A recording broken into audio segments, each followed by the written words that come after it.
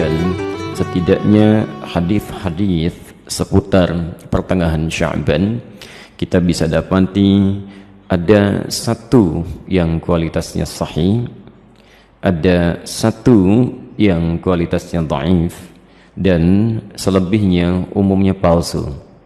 Selebihnya umumnya palsu. Saya ambil contoh yang palsu misalnya.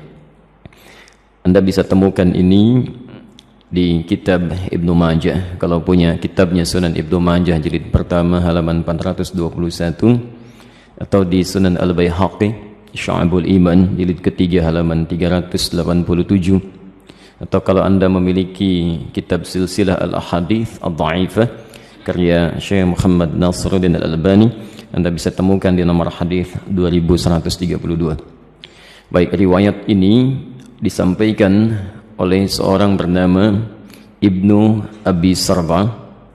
Beliau mengatakan menerima dari Ibrahim bin Muhammad, beliau menerima dari Muawiyah bin Abdullah bin Ja'far, disampaikan dan disandarkan pada sahabat Ali bin Abi Thalib. Alhamdulillah. Hadisnya barangkali sangat populer, pernah Anda dengar. Idza kanat lailatun nisfi min Sya'ban, jika telah tiba malam pertengahan bulan Sya'ban, atau malam atau di hari pertengahan Sya'ban, faqumu lailaha, maka hidupkan malamnya dengan banyak menunaikan salat, wasumu naharaha, dan siangnya lakukan dengan puasa. Faman min mustaghfirin, maka siapapun yang bermohon ampunan kepada Allah, maka Allah akan mengampuni orang yang memohon ampunan itu. Pernah dengar hadis ini? Itu statusnya palsu ya. Hadisnya palsu. Hadisnya palsu. Cacat palsunya ada pada seorang bernama Ibnu Abi Sarbah, orang pertamanya. Ini dinilai oleh para ulama hadis sebagai orang yang sering memalsukan hadis. Adapun yang dhaif Anda bisa temukan di Asnal Matalib jilid pertama halaman 84. Itu disandarkan pada Aisyah radhiyallahu anha bahwa satu kali beliau kehilangan Rasulullah sallallahu alaihi wasallam di malam pertengahan Sya'ban. Faqadtu Rasulullah sallallahu alaihi wasallam, dan itu bagian Rasulullah menginap di rumah beliau. Ya, diduga beliau sedang ada di tempat istri yang lain. Dicari oleh Aisyah, ternyata sedang ditemukan di Baqi. Ya, beliau sedang berdoa kepada Allah Subhanahu wa taala agar sekiranya Allah berkenan mengampuni para muslim yang telah wafat di pemakaman Baqi. Ya, maka Rasulullah menyampaikan, katakanlah Aisyah, hari ini Allah mengamati kepada manusia dan mengampuni orang-orang memohonkan ampunan. Ini statusnya dhaif, tapi juga disahihkan oleh Syekh Muhammad Nasiruddin Al-Albani. Yang sahih itu riwayat Abu Musa Al-Ash'ari.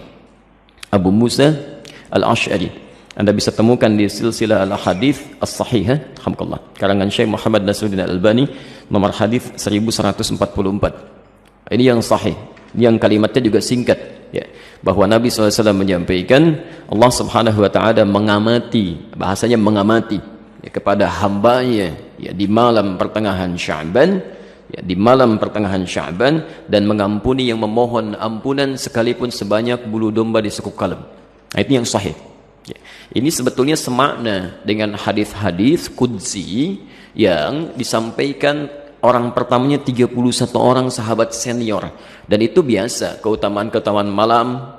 Misal yanzilu rabbuna tabaraka wa ta'ala, Allah kemudian ya menghamparkan rahmatnya ke langit dunia kepada hambanya setiap sepertiga malam. Itu tiap hari itu ya, sepertiga malam ya. Maka Allah kemudian berfirman, faqala ya ibadi, hambaku, siapa yang memohon kepadaku aku akan berikan, siapa yang meminta aku akan kabulkan, faman istaghfara liya, dan siapa mohon ampunan faghafartu lahu, aku ampuni dia. Itu tiap hari, tiap hari. Jadi kalau Anda nggak minta itu rugi, dan hadisnya qudsi ya. Dan khusus untuk malam Sya'ban hadisnya berbeda, seperti tadi kami sampaikan dari Abu Musa Al-Ash'ari, itu dimulai di malamnya. Kalau tiap hari di penghujung malam. Nah, jadi ini yang sahih.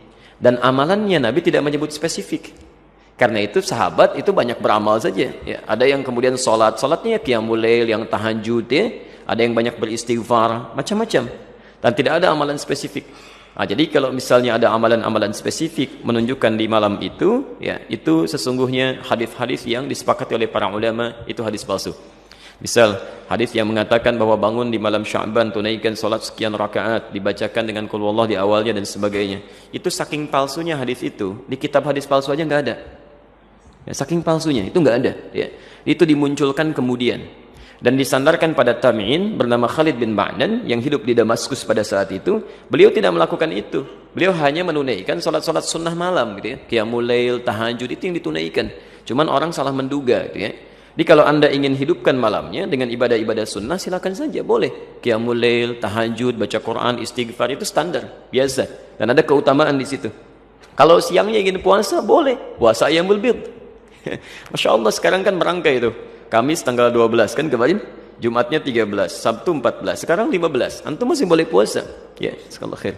Baik, jadi sah-sah saja kalau siangnya ingin puasa, tapi jangan disandarkan pada keterangan-keterangan hadis yang bermasalah, ya. Termasuk ada yang fenomenal itu ya.